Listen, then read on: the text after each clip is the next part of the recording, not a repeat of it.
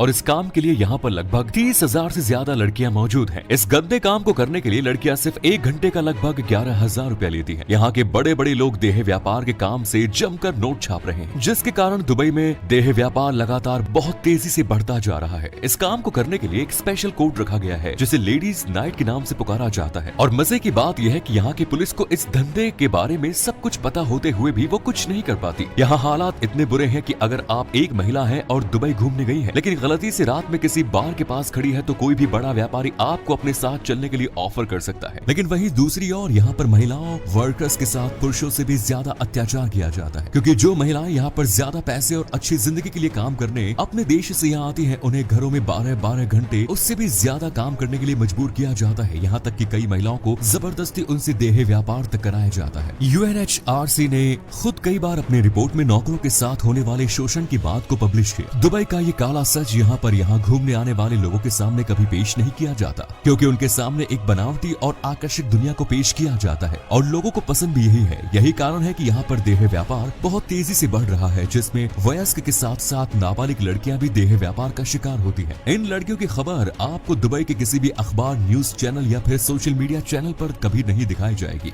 Dubai की सरकार के नियमों के अनुसार यहाँ की मीडिया सरकार और रॉयल फैमिली के खिलाफ कभी भी कुछ नहीं बोल सकती। इतना ही नहीं, दुबई उन देशों में भी शामिल है जहाँ पर खाना सबसे ज्यादा बर्बाद किया जाता है। ये हालात तब है जब दुबई में खाने के लिए कुछ भी नहीं उगाया जा सकता। यहाँ पर खाने के लिए अधिकतर सामान दूसरे देशों से लाया जाता है, लेकिन यहाँ के लोगों द्वारा रोजाना 38% से ज्यादा खाना बर्बाद किया जाता है और रमजान के दिनों में खाने की बर्बादी 16% तक पहुँचती है। दुबई में एक ऐसी सिटी की बात सामने आई है जिससे जानने के बाद आपके पैरों के नीचे से जमीन खिसक जाएगी। दुबई में सिर्फ 2 तरह के लोग मिलते हैं, अमीर और सिर्फ गरीब, जिन्हें गुलाम भी कहा जाता है। इन गुलामों की जनसंख्या दुबई में 79% है, जो कि अधिकतर दक्षिण एशिया जिसमें भारत, पाकिस्तान, नेपाल और बांग्लादेश से लाए गए लोग हैं, जबकि सिर्फ 11% जनसंख्या ही अमीरात की है। यहाँ पर लाए गए माइग्रेंट्स के साथ एक दास की तरह व्यवहार किया जाता है। इसका मुख्य कारण यह है कि यहाँ की करेंसी साउथ एशिया देशों की करेंसी से बहुत ज्यादा मजबूत है, जिसका फायदा उठाकर भारत, नेपाल, बांग्लादेश और पाकिस्तान जैसे देशों के गरीब लोगों को ज्यादा पैसों का लालच देकर उन्हें यहाँ पर काम करने के लिए बुला लिया जाता है। लेकिन यहाँ पर आने के बाद इन लोगों को दुबई की असलियत का पता चलता है, क्योंकि यहाँ पर रोजमर्रा की जिंदगी और रहन सहन के हिसाब से जो उन्हें सैलरी इन लोगों को दी जाती है, उस हिसाब से वो इन लोगों के लिए चिल्लर के बराबर होती है। यही कारण है कि यहाँ पर आने के बाद भी ये लोग अपना जीवन सही से नहीं बिता पाते। यहाँ पर काम करने आए लोग काम को छोड़कर भाग न जाए, इसीलिए यहाँ की कंपनियां उन लोगों से एक कॉन्ट्रैक्ट पर साइन करवाती है। लेकिन अगर कानून की बात करें तो दुबई के कानून के तहत किसी भी वर्कर की सैलरी को रोकना, उनका शोषण करना एक कानूनन अपराध है। लेकिन दूसरे देशों से लाए गए वर्कर प्राइवेट स्पॉन्सरशिप सिस्टम के तहत यहाँ लाए जाते हैं, इसलिए दुबई की सरकार भी इनके मसलों पर कुछ नहीं बोलती। नीले कपड़ों में दिख रहे मजदूरों को दुबई में स्लेव वर्कर यानी कि दास माना जाता है। इन लोगों से दिन के 12-12 घंटों काम लिया जाता है और कभी कभी इन लोगों को हफ्ते में मिलने वाली छुट्टी भी नहीं दी जाती। हालात इतने खराब है कि अगर ये लोग अपने देश वापस जाना चाहे तो नहीं जा सकते, क्योंकि काम पर रखते वक्त कंपनी इन लोगों का पासपोर्ट अपने पास जब्त कर लेती है। ये लोग सिर्फ अपने कंपनी के मालिक या मैनेजर के राजी होने पर ही अपने देश वापस जा सकते हैं। दुबई में लगभग 95 लाख लोग ऐसे हैं जो दूसरे देशों से यहाँ काम करने आए हैं, लेकिन ये लोग आपको कभी भी दुबई की चमकती दमकती और आलिशान बिल्डिंग्स या फिर वहाँ के रिहायशी इलाकों में नजर नहीं आएंगे, क्योंकि ये लोग दुबई के स्लम एरिया में रहने को मजबूर होते हैं। यहाँ पर एक रसोई के बराबर कमरे में 8 लोग एक के ऊपर एक बिस्तर लगाकर रहने के लिए मजबूर है। ऐसा तब है जब दुबई में बड़ी बड़ी बिल्डिंगों में उसके फ्लैट आधे से ज्यादा खाली पड़े हैं। तेल के भंडारों की बादशाहत दुबई आज दुनिया में अपनी बादशाहत खो चुके देशों की लिस्ट में शामिल हो गई है। अब दुबई भी उधारी की जिंदगी जी रहा है और इसका सबसे बड़ा उदाहरण है दुबई के इनकम सोर्स का ना होना और उसके महंगे शौक। साल 1970 तक दुबई में एक भी लंबी बिल्डिंग यहाँ पर नहीं थी, लेकिन दुनिया के अलग अलग देशों को आकर्षित करने के लिए और पैसा कमाने के लिए दुबई में गगनचुंबी बिल्डिंग का निर्माण कराया गया। आज यहाँ पर 72 से ज्यादा गगनचुंबी बिल्डिंग्स है, जिनका निर्माण अरब अमीरात ने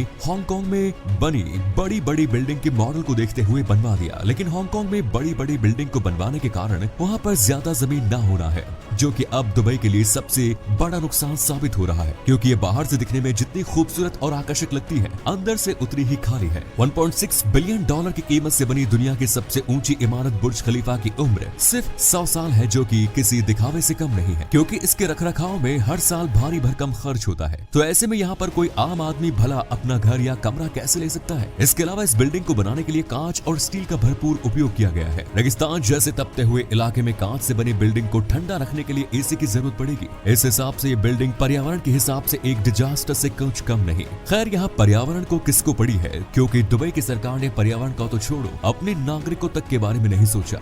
इतना हाईफाई देश होने के बावजूद भी यहाँ की सरकार ने सीवेज सिस्टम के बारे में आज तक कुछ नहीं सोचा। ज्यादातर सीवेज सिस्टम ऐसे हैं कि अगर उसकी रोजाना सफाई ना की जाए तो गंदा पानी यहाँ की सड़कों पर चारों ओर दिखाई देगा, जिसमें से निकलना आपकी मजबूरी बन जाएगा। सिर्फ बुर्ज खलीफा की बात करें तो इस बिल्डिंग से रोजाना 60 टन से भी ज्यादा मल बाहर निकलता है और इस माल को ले जाने के लिए बिल्डिंग के आसपास हजारों ट्रक लाइन में 24 घंटे खड़े रहते हैं। यहाँ के लोग बिल्डिंग को खूबसूरत बनाने में सारा पैसा खर्च कर देते हैं, जिसके कारण उनके पास मूलभूत चीजों के लिए पैसा ही नहीं बचता, जिसके बाद उसकी कीमत आसमान को छूने लगती है। यही कारण है कि एक आम इंसान चाहकर भी इन बड़ी बड़ी बिल्डिंग में अपना घर नहीं खरीद पाता और ये आज तक इनमें बने कमरे आधे से ज्यादा खाली पड़े हैं। दुबई का काला सच वहाँ के आइलैंड्स भी हैं जो कि खुद इंसानों ने बनाए हैं। दुबई ने दुनिया में खुद को चमकाने के लिए पिछले 20 सालों में 3 मैन मेड आइलैंड का निर्माण किया है, जिनमें पाम जुमेरा है, डिएरा आइलैंड और पाम जिबेलाली शामिल है। पाम जुमेरा को साल 2001 में बनाया गया था, लेकिन आज तक भी आइलैंड पूरा नहीं हो सका, जो कि अपने पैर पर कुल्हाड़ी बांधने जैसा है, क्योंकि पैसों की कमी की वजह से इस आइलैंड के काम को बीच में ही रोक देना पड़ा।